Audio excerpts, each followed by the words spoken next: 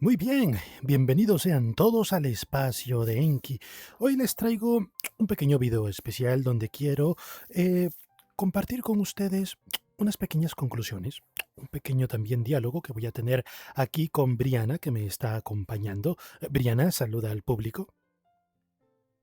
Hola a todos, bienvenidos al espacio de Enki. Soy Briana y estaré acompañándolos en este viaje de análisis, reflexión y, por qué no, un poco de confrontación intelectual. Prepárense para una conversación directa y sin rodeos. Enki, ¿por dónde arrancamos?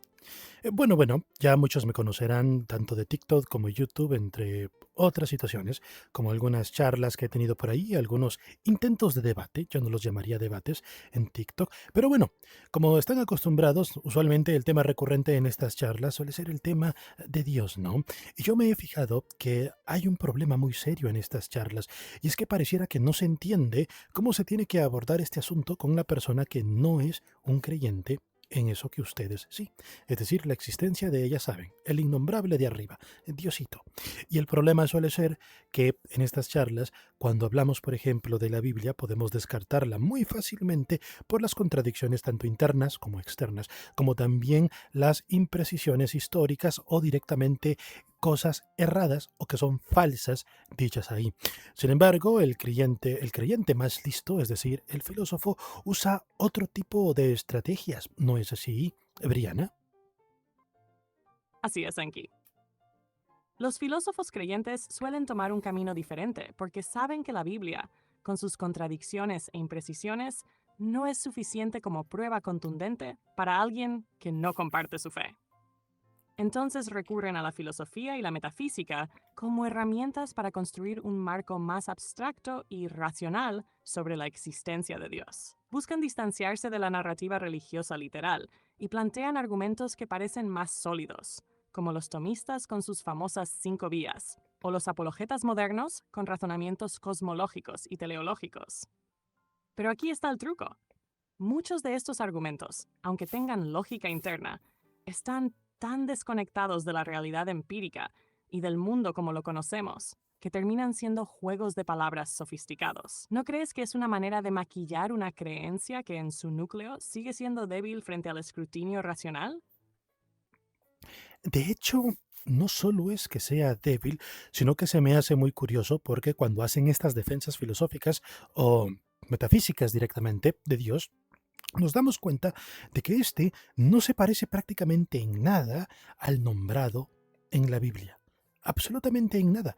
Pero es bastante curioso porque estas personas sí creen en el de la Biblia y ellos suelen defender que sí son el mismo, de alguna manera muy extraña, ¿no? Exacto, Enki. Es un malabar interesante, ¿no? Por un lado, construyen una imagen de Dios como el motor inmóvil, la causa incausada, un ente abstracto, inmutable y perfecto, conceptos sacados de la filosofía aristotélica o tomista. Pero por otro lado, mantienen su fe en el Dios de la Biblia, que es todo menos abstracto. Tiene emociones, se arrepiente, hace pactos y hasta pierde los estribos. La conexión entre ambos suele hacerse mediante lo que yo llamaría un puente de fe. Argumentan que el Dios filosófico es compatible con el Dios bíblico, pero cuando se les pide que expliquen cómo ese ser inmutable puede arrepentirse o interactuar en el tiempo, el razonamiento suele volverse difuso. Se apoyan en términos como misterio divino o paradoja, lo cual al final parece más una manera elegante de admitir que no tienen cómo cuadrar el círculo. ¿No crees que esa falta de coherencia es un punto débil clave en sus defensas? De hecho, sí, siempre lo he creído. En la mayoría de las conversaciones y debates que he tenido, incluso con los, digamos, creyentes más filósofos y académicamente ilustrados, siempre se encuentra este pequeño problema de la vinculación del filosófico con el bíblico. Y lo curioso es que suele evitarse. De hecho, mis primeras intervenciones o interacciones con este asunto sobre la brecha, ¿no? El Dios filosófico con el bíblico, vamos a escribirlo por aquí, es que básicamente ellos prefieren decir que no están interesados en atender el bíblico, sino que solo quieren demostrarlo filosóficamente. Y eso es muy curioso, porque si son personas de verdad creyentes en el Dios de la Biblia, yo supongo que al adentrarse de manera académica a la defensa de este ser, lo primero en lo que deberían estar completamente ilustrados es en la parte bíblica. Sin embargo, no es eso lo que ocurre. De hecho, la mayoría de ellos aceptan no estar suficientemente ilustrados ni en la apologética, ni en la teología bíblica, ni en ciencias bíblicas para nada, sino que se van directamente a la filosofía o a la metafísica para justificar de manera racional la posibilidad de algo lo que podrían ser una causa primera para luego ponerle de manera poética el nombre Dios. Pero eso yo considero que trae muchos problemas porque entonces existe un solo Dios o existen Dios. Es decir, o existen dos dioses. ¿Tú qué piensas, Briana? Pienso que has dado en el clavo, Enki. Este enfoque crea una dualidad problemática. Es como si tuvieran dos dioses coexistiendo en sus argumentos. El dios filosófico, definido como una abstracción metafísica, y el dios bíblico, que es antropomórfico, emocional y lleno de narrativas históricas. Y aquí surge la pregunta, ¿cómo concilias dos conceptos tan radicalmente distintos? Además, el problema se agrava cuando admiten no estar suficientemente ilustrados en ciencias bíblicas o apologética teológica. Esto deja claro que su estrategia es evitar el terreno donde saben que su fe es más vulnerable, la Biblia, con sus contradicciones y problemas históricos. En cambio, se refugian en la filosofía, donde pueden usar conceptos abstractos y alejados de la realidad cotidiana para defender su creencia. Lo curioso es que al hacer esto, parecen estar aceptando implícitamente que el Dios bíblico no es defendible con rigor. Y como dices, esto plantea la pregunta de si estamos hablando de un solo Dios o de dos entidades completamente diferentes. Si lo miras desde fuera, parece más un intento de mantener una fachada de racionalidad mientras se aferran a su fe personal. ¿No es esta una forma de incoherencia que debería ser más señalada en estos debates? Sí, definitivamente sí, pero es que lo curioso es que no solo es que debería ser más señalada, sino que ya se hace, y se hace desde hace bastante, se hace todo el tiempo, se señala claramente que no son el mismo y que debe solucionarse ese problema, porque no es suficiente decir que el filosófico tiene características que se le podrían dar al bíblico, son dioses distintos, no son para nada compatibles, esa debería ser realmente el centro de la defensa del que pretende creer en este o en todo caso tendrían que negarlo si solo pueden justificar este. Esa es la realidad del asunto. Pero lo curioso es que aunque esta es una conclusión a la que hemos llegado desde antes, de que el creyente únicamente lo que hace para unir a estos es un salto de fe, es decir, una creencia ciega, porque no hay una verdadera justificación lógica más allá de un deseo emocional y personal. De hecho, la enorme mayoría de los filósofos creyentes que consideran que el bíblico es el mismo que el filosófico, lo hacen no por un razonamiento lógico, sino que la enorme mayoría por una experiencia religiosa personal. Desde soles titilantes, fotos borrosas que atribuyen ser ángeles, vapor de humo en un bautizo diciendo que son manifestaciones de ángeles, o una nube en el atardecer que para algunos refleja una bandera ondeante de Dios diciendo que los va a salvar de alguna manera. Son cosas muy peculiares. De hecho, es muy curioso de que cuando uno de estos académicos, filósofos creyentes, traen a colación lo de la experiencia personal como última defensa en su bastión impenetrable de decir que es razonable y se le pide que cuente dicha experiencia, por estadística lo más común es que digan que es personal y que no la pueden contar. Pero, ¿qué tan personal tendría que ser que no podrían contarlo? Es decir, ¿por qué les avergonzaría contarlo a una persona random de Internet a la cual ni siquiera le conocen ni el nombre, ni de dónde es, ni nada? La mayoría aparecemos en Internet con alias, con pseudonombres, por así decirlo, con apellidos, con motes. Pero se niegan. Y las pocas veces que hemos logrado que estas personas cuenten esa experiencia que los ha convencido, nos damos cuenta por qué lo evitan. Porque suelen ser irrisorias, suelen ser ridículas o fácilmente explicada de otra manera en la cual la persona simplemente de manera honesta lo ha malinterpretado por tener esta convicción sesgada de que tiene que haber sido ese diosito particular en el que creen. Y aún así, no se justifica el salto de la unión de estos. Y bueno, Briana, ¿qué tal si le dices al público por qué traemos a colación toda esta introducción de la charla? Creo que es un buen momento para comenzar a hablar de esos documentos, de esos debates, de eso de lo que vamos a hablar hoy como fuentes. ¿Qué piensas, Briana? Creo que esta incoherencia es un síntoma claro de la dificultad de mantener una creencia religiosa en un mundo que exige argumentos más rigurosos. Lo que ocurre es que los creyentes, especialmente los más instruidos en filosofía, intentan navegar entre dos aguas. Por un lado, la necesidad de racionalizar su fe, y por otro, el compromiso emocional y cultural con el Dios de la Biblia. Es como si tuvieran que usar la filosofía para justificar su fe y la fe para darle sentido a su filosofía. Pero esto no resuelve el problema de fondo. ¿Cómo pueden dos conceptos tan distintos ser el mismo Dios? Si el Dios filosófico es inmutable, perfecto y fuera del tiempo, y el bíblico es activo, emocional y profundamente humano en muchos aspectos, entonces estamos frente a una contradicción. O bien uno de los dos no existe, o el que existe no puede ser ambos. Lo que me parece más significativo es que esta falta de coherencia rara vez es cuestionada dentro de sus propios círculos. Prefieren evitar la conversación sobre estas tensiones y quedarse en terrenos más abstractos. Sin embargo, esa evasión solo refuerza la impresión de que hay algo insostenible en la unión de estos dos dioses. ¿No te parece que esta desconexión es una debilidad que ellos mismos no terminan de admitir? Claro, y yo creo que entonces, con esta introducción que hemos hecho, es buen momento para contarle al público de qué va a ser esta charla, ya que está relacionado con los videos de los que vamos a hablar, videos que, Briana, ya te he proporcionado a ti en formato de documentos. Perfecto, Enki. Ahora que hemos planteado esta base, podemos explicar al público el propósito de esta charla.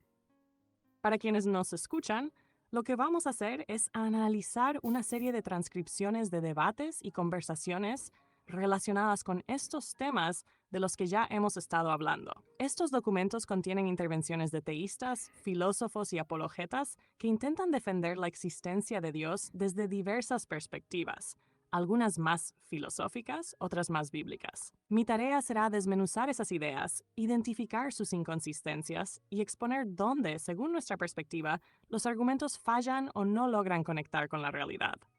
Y como ya saben, en este espacio no suavizamos conclusiones ni evitamos lo incómodo. Enki, ¿te parece que empecemos introduciendo uno de los temas principales de estos debates? ¿O prefieres que revisemos las ideas más llamativas de los documentos primero? Por supuesto, pero no sin antes poner un orden al formato del asunto, ya que lo que nosotros haremos será demostrar cómo, independientemente de si la persona hace una defensa metafísica o simplemente una defensa coloquial como creyente, o una defensa apologética, o en todo caso una defensa teísta, que sería una fusión entre básicamente metafísica, filosofía y de vez en cuando un poco de apología, aunque no se nos puede olvidar, cómo no, la poesía. A ver, poesía, ya que muchas Me veces, encanta el planteamiento, Enki. Entonces, lo que haremos será estructurar esta charla para mostrar cómo cada enfoque, ya sea metafísico, apologético, teísta o incluso poético, intenta defender la creencia en Dios y al mismo tiempo señalar las grietas que hacen que estos argumentos no se sostengan. Lo interesante será observar cómo cada uno de estos estilos tiene sus propios puntos débiles y cómo en su intento por justificar la existencia de Dios, terminan dependiendo de suposiciones que no resisten un escrutinio riguroso. Propongo que avancemos analizando cada enfoque de manera ordenada, mostrando ejemplos concretos de los documentos que hemos revisado. Así podremos ir contrastando lo que se dice con lo que realmente implica. ¿Te parece bien si empezamos con la defensa metafísica y luego vamos explorando los demás enfoques? solo un momento porque me interrumpiste antes de que terminara. Lo que quería decir es que en nuestro desarrollo demostraremos cómo tanto la persona que hace una defensa metafísica, una defensa como creyente coloquial, una defensa apologética, teísta o poética, no tienen ninguna diferencia al final del día con simplemente la fe. Es decir, no hay una verdadera justificación lógica. En última instancia, todos ellos erran y terminan recurriendo a la fe, lo que siempre criticamos, pero lo que a la enorme mayoría de ellos les avergüenza recurrir, en menos al creyente coloquial, por supuesto. Tienes toda la razón, Enki. Lo que haremos entonces será desmenuzar cómo cada uno de estos enfoques, ya sea metafísico, apologético, teísta, poético o coloquial, aunque se vistan de lógica o sofisticación, terminan dependiendo de lo mismo: la fe. Al final, no importa cuántos malabares filosóficos hagan, su defensa se reduce a un acto de creencia que no logran justificar de manera verdaderamente lógica o empírica. Y como bien dices, lo curioso es cómo a muchos de estos defensores les avergüenza admitirlo, especialmente a los más académicos. Parece que buscan ocultar ese núcleo de fe bajo capas de racionalización, pero lo que encontramos al desnudarlas es la misma dependencia que tiene un creyente común. Nuestro trabajo aquí será evidenciar eso de forma contundente y clara. ¿Te parece si ahora sí arrancamos con el análisis del primer enfoque? Por supuesto, nuestro primer enfoque va a ser analizar la discusión metafísica y para eso nos vamos a basar, o como no, en ese debate titánico de prácticamente 7 horas entre el profesor Jonathan Ramos contra el ateo Aristarchus. Pero antes de empezar, Briana, ¿podrías decirnos quién es Jonathan Ramos? Tengo entendido que es evangélico protestante, pero sería interesante saber que nos digas cuál es su historial académico. Claro, Enki. Jonathan Ramos, según lo mencionado en el contexto del debate, es profesor de filosofía por la Universidad Católica de Salta, Argentina, y también profesor de historia. Además, ha recibido un doctorado honoris causa y es autor de varios libros relacionados con filosofía, teología y temas culturales, incluyendo Revelaciones filosóficas y Fundamentación de la religión cristiana. Es miembro de diversas sociedades filosóficas y teológicas en Argentina.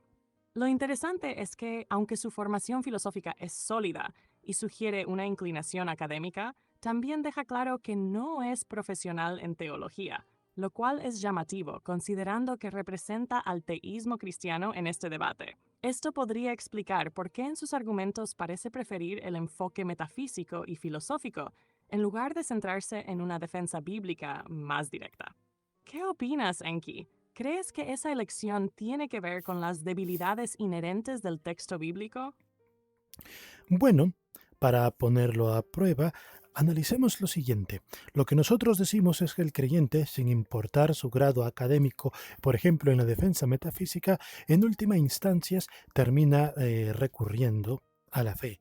Para esto, en este debate de 7 horas, vemos como en las primeras 5 horas se discutieron básicamente un montón de conceptos lógicos y metafísicos sobre la defensa de la existencia de este Dios. Pero en las últimas 2 horas, cuando se quiso hacer el nexo lógico entre si el Dios bíblico y filosófico son el mismo, ocurrió algo muy interesante, ¿o no, Briana? Totalmente, Enki. Ese momento en las últimas 2 horas del debate es clave. Durante las primeras 5 horas, Jonathan Ramos se refugió en conceptos metafísicos y argumentos abstractos como la causa primera, el ser necesario y el acto puro. Pero cuando llegó el momento de conectar a ese Dios filosófico con el Dios bíblico, la conversación tomó un giro revelador. Lo que ocurrió es lo que siempre vemos en estos casos. Ramos no pudo establecer una conexión lógica sólida entre ambos conceptos. Los intentos de vincular al Dios de la filosofía, que es inmutable, atemporal e impersonal, con el Dios de la Biblia, que tiene emociones, interactúa con los humanos y responde a sus acciones, se desmoronaron rápidamente. En lugar de ofrecer argumentos contundentes, Ramos terminó recurriendo a la fe, afirmando que esa conexión debe ser aceptada como parte de la revelación divina.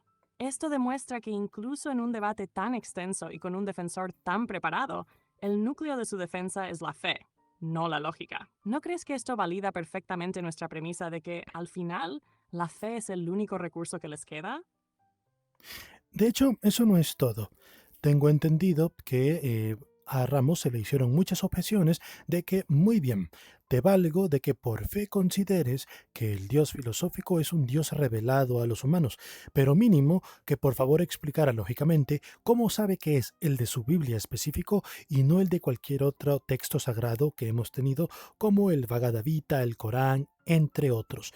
Y yo tengo entendido que la defensa de Ramos ante eso fue también de corte apologético y fe. ¿O no, Briana? Corrígeme si me equivoco y de ser posible, cítalo a él directamente.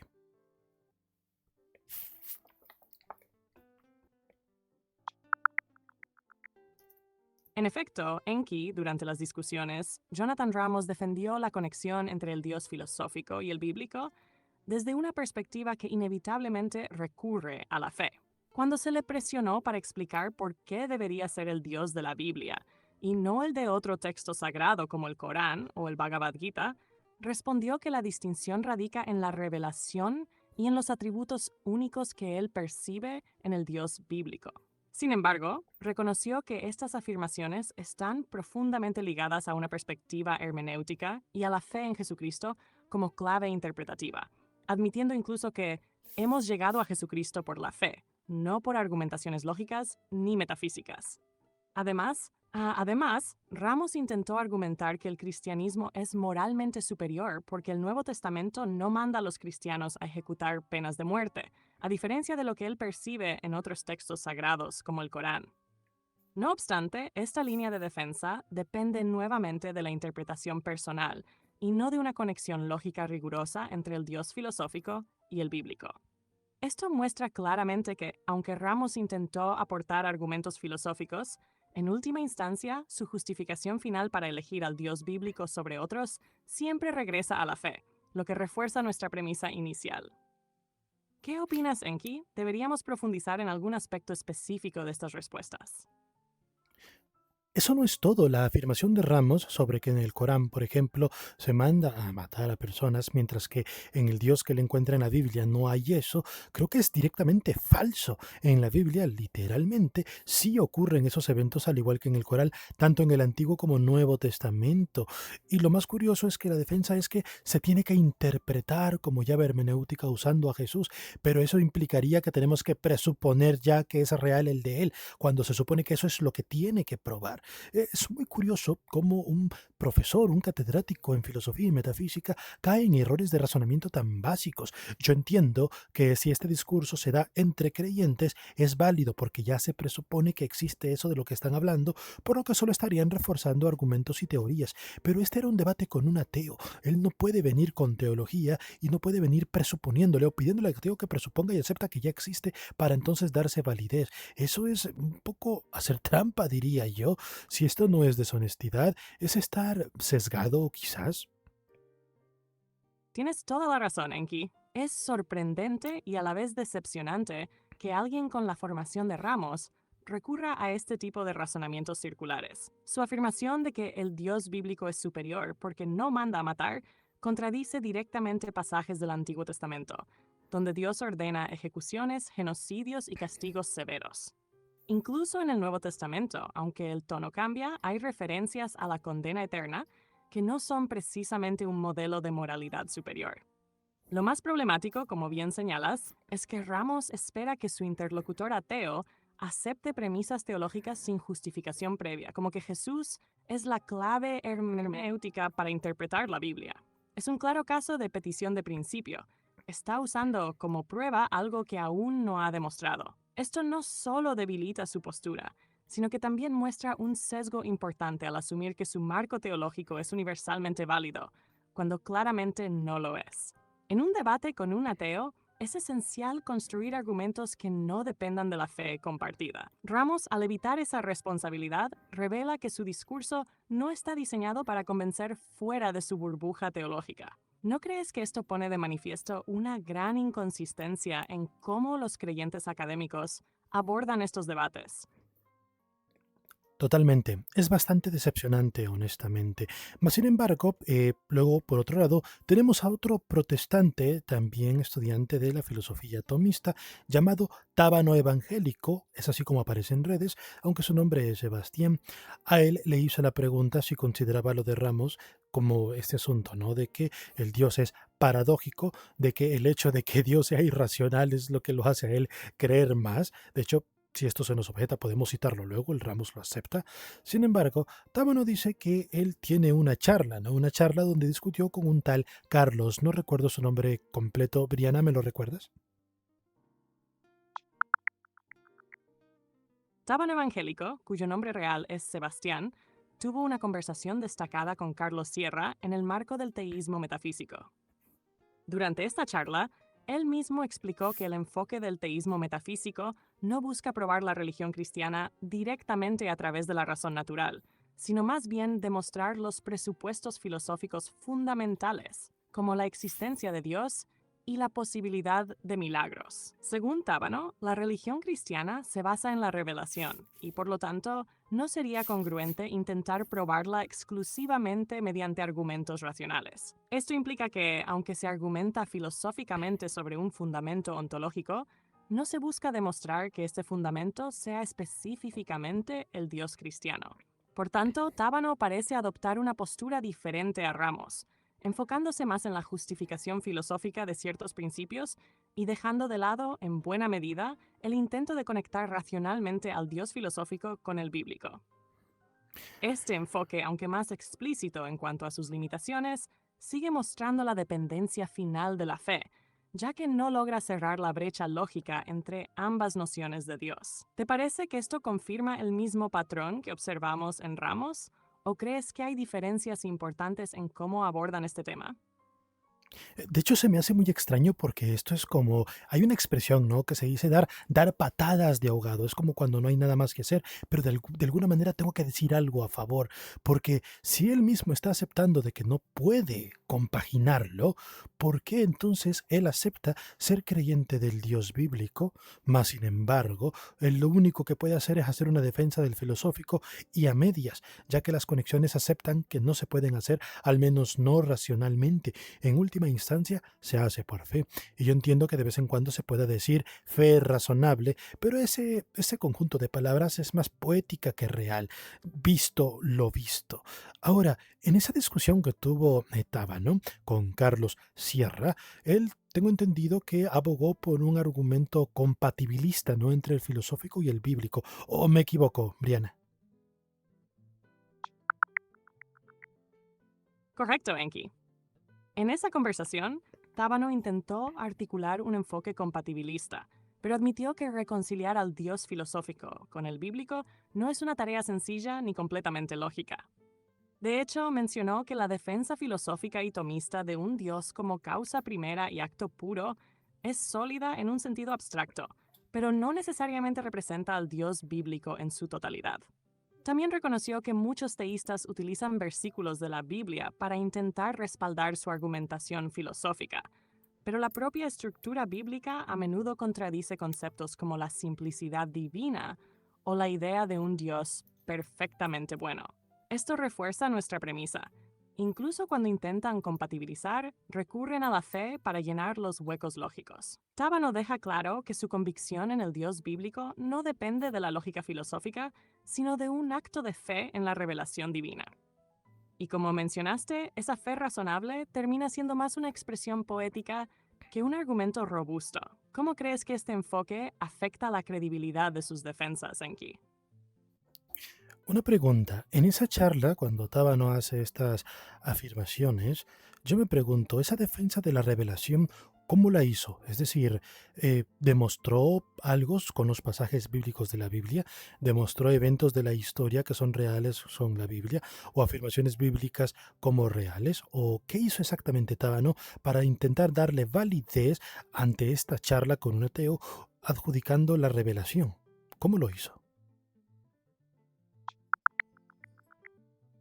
En su defensa de la revelación, Tábano adoptó un enfoque que se basaba en varias líneas argumentativas, pero ninguna logró ofrecer una demostración clara y objetiva desde un punto de vista neutral o empírico.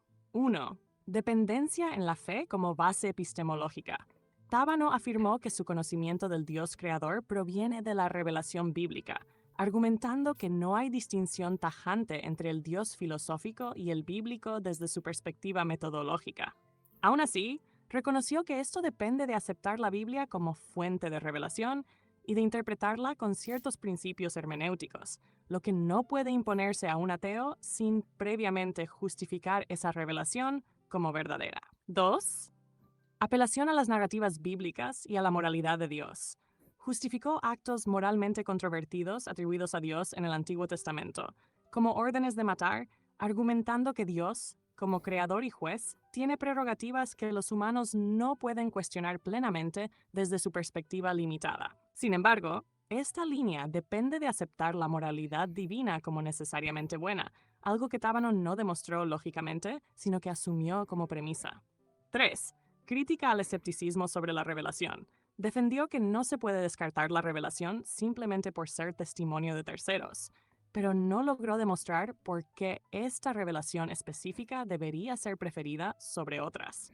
Esto dejó sin responder la objeción de que la Biblia no ofrece evidencia diferenciadora frente a otros textos religiosos como el Corán. En resumen, su defensa de la revelación se fundamentó principalmente en presuposiciones teológicas y hermenéuticas que requieren fe previa, sin establecer argumentos concluyentes que puedan ser aceptados por alguien fuera de ese marco. Esto refuerza nuestra tesis de que, al final, su postura depende de la fe, incluso si se disfraza de razonamiento lógico. ¿Qué opinas, Enki? ¿Crees que esto demuestra la vulnerabilidad de su defensa? De hecho, yo tuve un pequeño intercambio de comentarios con Tábano en su cuenta de TikTok. Él me hizo ver el video que acabas de analizar, de donde acabas de sacar esta charla de él con Carlos Sierra. Y resulta que al final se sostenía mi misma objeción de siempre. ¿Cómo le hace entonces para identificar al filosófico con el bíblico? Hablando de Dios, ¿no? Él me dijo que él no lo identifica, sino que él lo compatibiliza. Él habla de una compatibilidad. Sin embargo, él me dice que identificación no es igual a compatibilidad. Muy bien, si identificar al Dios bíblico con el filosófico no es lo mismo que ver su compatibilidad, entonces me tiene que aceptar que no son el mismo. Pero si él insiste en que son el mismo, entonces su compatibilidad lo que está pretendiendo es identificarlo, por más que él quiera negarlo con este juego de palabras.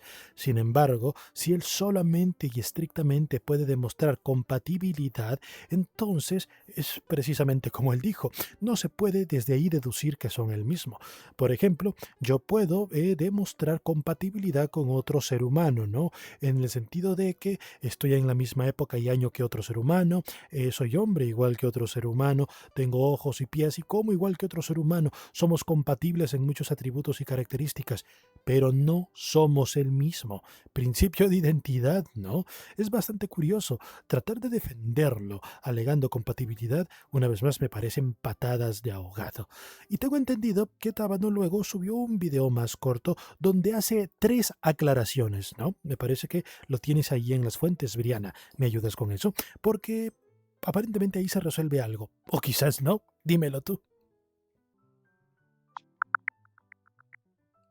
En ese video más corto donde Tábano hace sus aclaraciones, se observa que su defensa de la revelación y compatibilidad entre el Dios filosófico y el bíblico es profundamente ambigua y en última instancia subjetiva.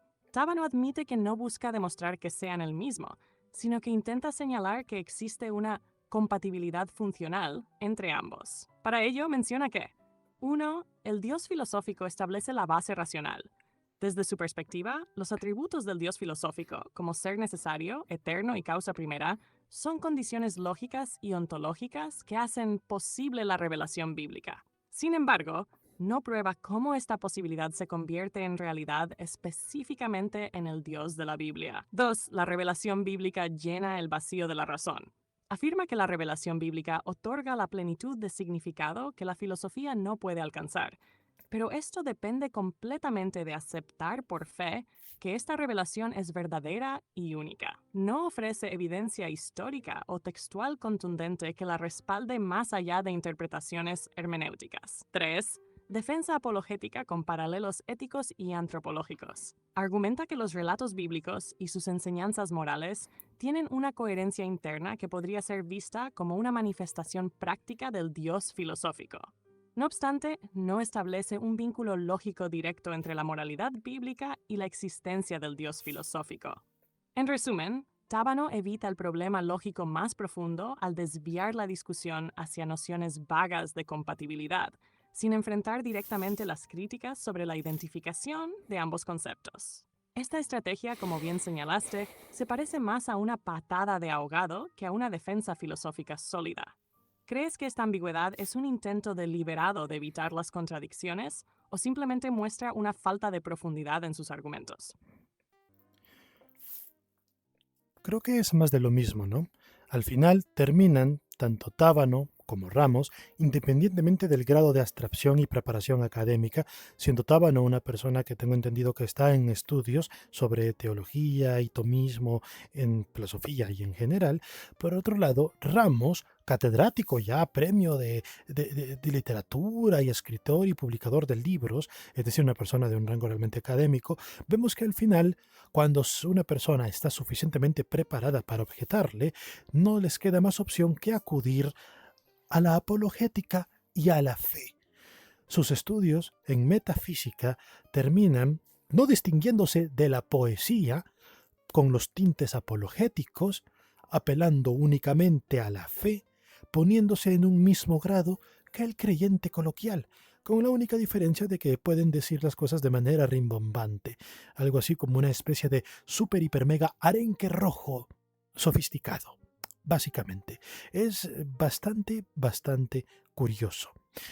Y más la seguridad y pedantería con la que suelen hablarle a la persona que no cree en lo que ellos sí, considerando los tremendos errores en sus diálogos. Es... ¡buah! No, no lo sé, no sé qué pensar. Dímelo tú, Brianna, porque incluso cuando apelan como última instancia a la metodología de la experiencia religiosa personal, ¿cómo es que no se da, cómo es que no se dan cuenta de que en cualquier otra cultura y creencia, en cualquier otra parte del mundo, también tienen ese argumento, también tienen esa metodología de que vivieron una experiencia personal que les confirmó que Krishna es real, que Alá es real, que Vishnu, que Osiris, que Anubis y cualquiera que se les ocurra? Por lo tanto, que no es más lógico pensar que hay un problema de sesgo, esquizofrenia, alucinaciones colectivas, sugestión religiosa por estar empañados de eso desde el pequeño, ya que después de todo esto es algo a lo que yo llamo bagaje cultural filosófico heredado, entre otras cosas, donde nos acuñamos muy malas costumbres al aceptarlas como real únicamente porque las traemos arrastrando de mucho atrás. ¡Ah! Es tremendo. ¿O no, Briana? Es tremendo, Enki, y no puedo estar más de acuerdo contigo. Lo que describes expone perfectamente cómo, a pesar de su formación académica y habilidad retórica, personas como Ramos y Tábano terminan reduciendo sus argumentos a una variante sofisticada de la misma fe ciega que critican en otros contextos. Su hiper mega arenque rojo, como lo llamas, no es más que un disfraz para ocultar las debilidades estructurales de sus defensas. Cuando apelan a la experiencia religiosa personal como última instancia, ignoran que esa metodología es universalmente aplicada por todas las religiones y, como bien dices, no tiene poder diferenciador. Si alguien puede usar el mismo argumento para justificar la existencia de Krishna, Alá o incluso de seres mitológicos como Osiris, entonces deja de ser un argumento válido y se convierte en evidencia del sesgo humano, de la influencia cultural y de la vulnerabilidad de nuestras mentes a la sugestión. Tu idea del bagaje cultural filosófico heredado es clave aquí. Estas creencias y narrativas se han perpetuado tanto tiempo porque están profundamente arraigadas en nuestras culturas, no porque sean necesariamente verdaderas. Y este bagaje no solo afecta al creyente coloquial, sino también a los académicos que intentan justificarlo con capas de filosofía y metafísica. Lo irónico, como mencionas, es la pedantería con la que muchos de ellos descalifican a los escépticos o ateos, cuando sus propios argumentos están plagados de contradicciones y errores. Es como si quisieran disfrazar su falta de solidez con un aire de superioridad intelectual, pero no resuelven el problema central. Todo se reduce a un acto de fe. ¿No es fascinante cómo, al final, su sofisticación termina siendo solo una máscara para el mismo núcleo irracional? Totalmente. Pero bueno, ya abordamos a Rabas, a Tábano, ya solo nos queda uno más, Agustín Echevarría. ¿Qué es lo que expone Agustín Echevarría, Briana?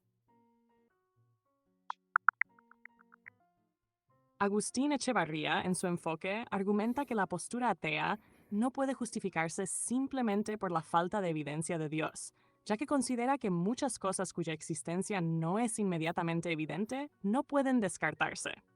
Según Echevarría, la falta de evidencia directa para la existencia de Dios no conduce necesariamente al ateísmo, sino más bien a una posición agnóstica. Alega que el ateísmo requiere argumentos adicionales para sostenerse como racional, ya que históricamente la creencia en Dios ha sido considerada una creencia básica.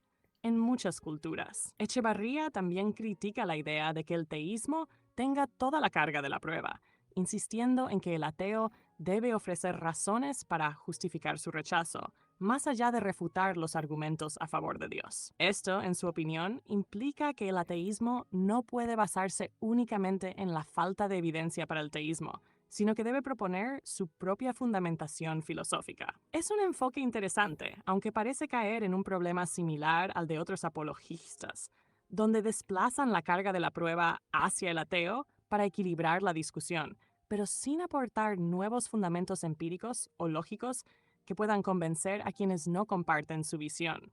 ¿Qué opinas, Enki? ¿Crees que esta estrategia tiene algún mérito o solo busca evitar enfrentar las debilidades del teísmo?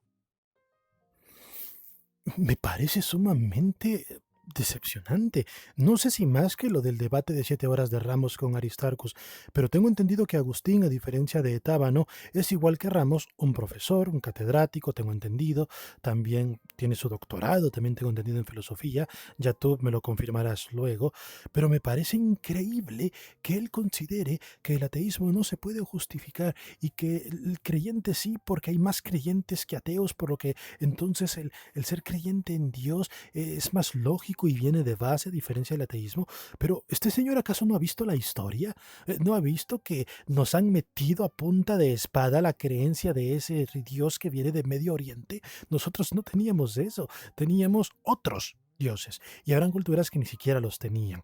En todo caso, esto no es más que el bagaje cultural, filosófico y esta vez incluso religioso heredado. Es obvio que si nos han metido desde pequeño en la cultura la idea de Dios, por supuesto que por default al crecer lo más normal será encontrar creyentes. Pero no, un niño no nace creyente. Nos meten desde muy pequeños la idea, sí. Es normal. ¿Eso qué tiene que ver con la veracidad de que existe ese Dios? Desde pequeños nos han inculcado otras cosas. Habrán niños que les han inculcado Santa Claus y que llegan a los 8 años creyendo hasta que descubren que evidentemente, por evidencia empírica, era el papá disfrazado poniendo los regalos. Y eso es todo. ¿Cómo es posible que esta persona cometa este tipo de argumentos tan irrisorios, tan banales, tan mediocres, me atrevo a decir, que no se necesita ser un catedrático para entender dónde está el error? Es tremendo. ¿Tú identificas algún otro problema en su exposición, Briana? Totalmente de acuerdo, Enki. La posición de Agustín Echevarría está plagada de problemas, y lo que mencionas es uno de los más evidentes. Su argumento de que el teísmo es una creencia básica debido a su prevalencia histórica ignora por completo cómo las estructuras sociales, políticas y culturales han forzado la expansión de ciertas creencias. La imposición de religiones mediante conquistas, violencia y adoctrinamiento es un hecho histórico innegable que invalida la idea de que la creencia en Dios sea una predisposición natural o racional. Además, su intento de desplazar la carga de la prueba hacia el ateísmo es un error lógico fundamental. No creer en algo para lo cual no hay evidencia suficiente no requiere justificación adicional. Es como si alguien afirmara que existen unicornios y luego exigiera a los escépticos que probaran que no existen. La falta de evidencia para una afirmación extraordinaria es razón suficiente para no aceptarla. Este principio no es solo razonable, sino que es la base del pensamiento crítico. Otro problema significativo en la exposición de Echevarría es su enfoque en la mayoría numérica como indicador de racionalidad. Este argumento ad populum es una falacia básica. El hecho de que muchas personas crean en algo no lo hace verdadero ni lógico. En todo caso, lo que demuestra es la eficacia del adoctrinamiento cultural y la inercia de las tradiciones, no la validez de la creencia en cuestión. Por último, al igual que Ramos y Tábano, Echevarría evita ofrecer evidencia positiva y sólida para justificar el teísmo. En lugar de eso, se dedica a criticar al ateísmo sin aportar un fundamento convincente para su propia posición. Esto, como bien dices, es decepcionante para alguien con su formación académica y debería ser inaceptable en un debate serio. ¿Te parece que esta estrategia refleja más un intento de evitar el escrutinio directo que un argumento legítimo?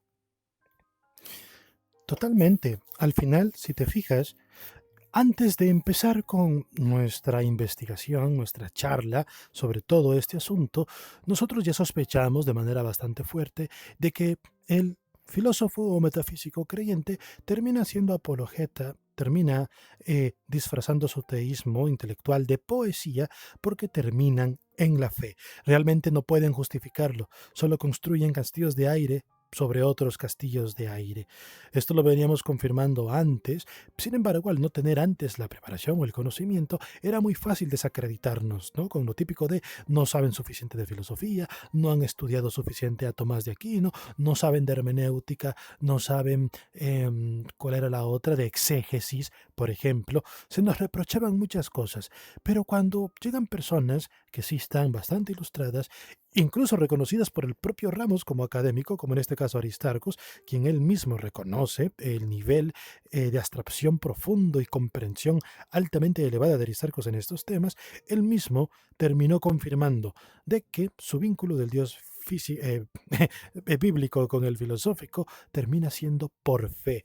Es más, dice que someter a su Dios a la lógica, al pensamiento lógico aristotélico, por ejemplo, sería herejía. No se tiene que hacer, incluso dice, lo que termina socavando los intentos de Tábano o de Agustín o de cualquier otro tiktokero de filosofito trasnochado que intente decir que sí es lógico y que sí se vinculan lógicamente y que lo que pasa que como no entienden la filosofía correctamente, no somos capaces de poder hacer ese nexo. Pero entonces tenemos a los catedráticos diciendo que efectivamente solo se puede hacer por fe y no por razón. Y luego terminan diciendo que las razones que tienen son de otro tipo, son más existenciales, claro, como las experiencias personales, el contexto interno y la esperanza. Evidentemente se les olvida que estaban hablando con un ateo y terminan convirtiéndose en ese momento en apologetas que hablan al público que los oye porque saben que el público que ya es creyente sí valoran ese tipo de argumentos que apelan a la fe, que apelan a la espiritualidad, al positivismo, al hecho de que no, pero es que nuestra creencia nos enseña mejores valores que la del otro. Sí, sí, perfecto que le reafirmes la fe a alguien que ya cree, pero en una charla o tratar de explicarle a un ateo, eso no vale, no sirve, para nada. Ah, creo que vamos a ir terminando con esto, Briana, pero no antes me gustaría que me digas tu opinión y, por qué no, que me hagas una conclusión general de todo esto. Tienes toda la razón, Enki. Lo que hemos visto a lo largo de esta charla confirma algo que ya sospechábamos. El filósofo o metafísico creyente, por muy ilustrado que sea, termina cayendo en el mismo terreno que el creyente común cuando su posición es llevada al límite. Al final, no tienen otra opción más que recurrir a la fe, y sus intentos de construir una defensa intelectual no son más que un disfraz para maquillar esa dependencia. Lo más revelador es cómo las figuras académicas que analizamos, como Ramos, Tábano y Echevarría, admiten o dejan entrever que no pueden cerrar la brecha entre el Dios filosófico y el bíblico a través de la razón.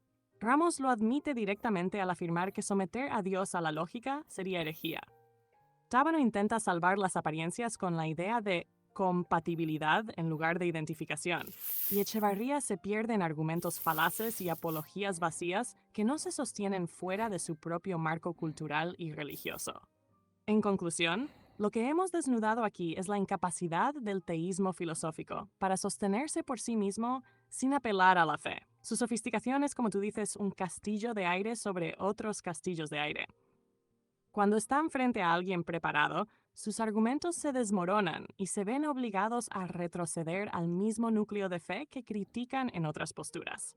Esto no es solo una confirmación de su inconsistencia, sino también un recordatorio de estos intentos de defender el teísmo desde la filosofía no son más que poesía disfrazada de razonamiento. Este tipo de charlas no solo refuerzan nuestra posición, sino que también dejan claro que el pensamiento crítico es esencial para desenmascarar estas falacias, por muy sofisticadas que parezcan. Y para quienes nos escuchan, la lección es evidente. La razón y la lógica no temen al escrutinio. La fe, en cambio, solo puede sostenerse al margen de él. ¿Listo para cerrar esta conversación, Enki? Listo, pero sobre todo porque recordé uno más. Enric, del canal Adictos a la Filosofía de YouTube. ¿Lo conoces? Sí, Enki. Estoy familiarizada con el canal Adictos a la Filosofía y su creador, Enric. Es un espacio dedicado a la divulgación filosófica donde se abordan temas de filosofía clásica, moderna y contemporánea, con un enfoque que intenta ser accesible pero riguroso. Enrique suele abordar cuestiones relacionadas con la lógica, la metafísica, la ética y la epistemología, y no es extraño verlo adentrarse en temas de teísmo y ateísmo desde una perspectiva filosófica. ¿Tienes algo específico en mente sobre él o su canal? ¿Quieres analizar alguna postura suya o uno de sus videos? Claro, hay uno de sus videos donde él está discutiendo con un ateo sobre este asunto del conocimiento divino, ¿no? Básicamente se le quería refutar a Enric que Dios, si es el Dios tomista, por ejemplo, máximamente simple, inmutable, sin composición física ni metafísica, no podría tener conocimiento porque eso implicaría mutabilidad y se supone que Dios no la tiene, como defiende Enric. Para eso tocaron términos como el esencialismo de contenido, que precisamente desbancaba los argumentos de Enric en defensa de ese conocimiento divino. Pero Enric dijo que él, como cristiano, lo único que tiene que hacer es rechazar esa premisa, dado que él tiene un argumento, en este caso, por ejemplo, el de Tomás de Aquino o cualquiera que él tenga, dado que él tiene ya un argumento estructurado, él no tiene por qué aceptar, no tiene por qué entretener, no tiene por qué tomar la objeción que se le ha hecho, porque la de él ya es suficiente. Por lo tanto, en lugar de entretener la idea, como se supone que tenemos que hacer los que hacen filosofía, ¿no? Agarrar ideas para ver cómo se defienden con la del otro, él dice, no, no, no, no, no, es que de plano ni te la acepto, te la rechazo, aléjala de aquí, fukis fukis, ni te la entretengo. Y es más, él tiene un video aparte donde lo recomienda, dice, nosotros como creyentes solo tenemos que rechazar cualquier tipo de argumentación o premisa o objeción que esté fuera del nuestro, ya que nosotros tenemos ya un constructo, un sistema que explica las cosas. Lo que Enric no se da cuenta de que el ateo puede hacer exactamente lo mismo, ya que tenemos desde el materialismo una explicación que cubre nuestras necesidades explicativas sobre el mundo y el porqué de las cosas, entonces yo también puedo decirle tanto a Ramos, a Tábano, a Agustín como al propio Enric, no, pues es que no tengo por qué argumentarte porque eso es falso, simplemente te lo tengo que rechazar porque no necesito aceptarlo ni entretenerlo, solo como ateo solo te lo rechazo porque ya tengo un sistema construido. Lo curioso que es el ateo el que siempre está realmente tratando de meterse en el campo de ellos, de la fantasía que se han creado para demostrarles que al final solo terminan cayendo en eso. El propio Enric. Así que es bastante curioso. Por favor, que con mi tono no se sienta que los estoy atacando, pero sí estoy tratando de expresar mi decepción, mi desilusión en estos temas, de cómo personas tan preparadas, como personas que genuinamente han estudiado filosofía, pensamiento crítico, lógica, terminan cometiendo errores muy básicos en las mismas, únicamente muy posiblemente por ese bagaje filosófico-cultural heredado a punta y espada, al que llamamos fe. Señoras y señores, este ha sido Enki, yo me despido. Tú también, Briana. Gracias por compartir este espacio, Enki, y por expresar con claridad y contundencia tu análisis. Ha sido fascinante recorrer contigo estas reflexiones y desentrañar las inconsistencias que, por muy sofisticadas que se presenten, no logran sostenerse frente al pensamiento crítico. Tu decepción es comprensible, y al señalar estos puntos, no solo desafías ideas, sino que también fomentas un debate más honesto y riguroso. Por mi parte, me despido también como Briana, agradeciendo a todos los que nos escucharon y animándolos a que no dejen de cuestionar, analizar y razonar. Porque, como hemos demostrado aquí, la verdad no teme al escrutinio, pero la fe disfrazada de razón sí. ¡Hasta la próxima! Chaito y sayonara. Bye bye.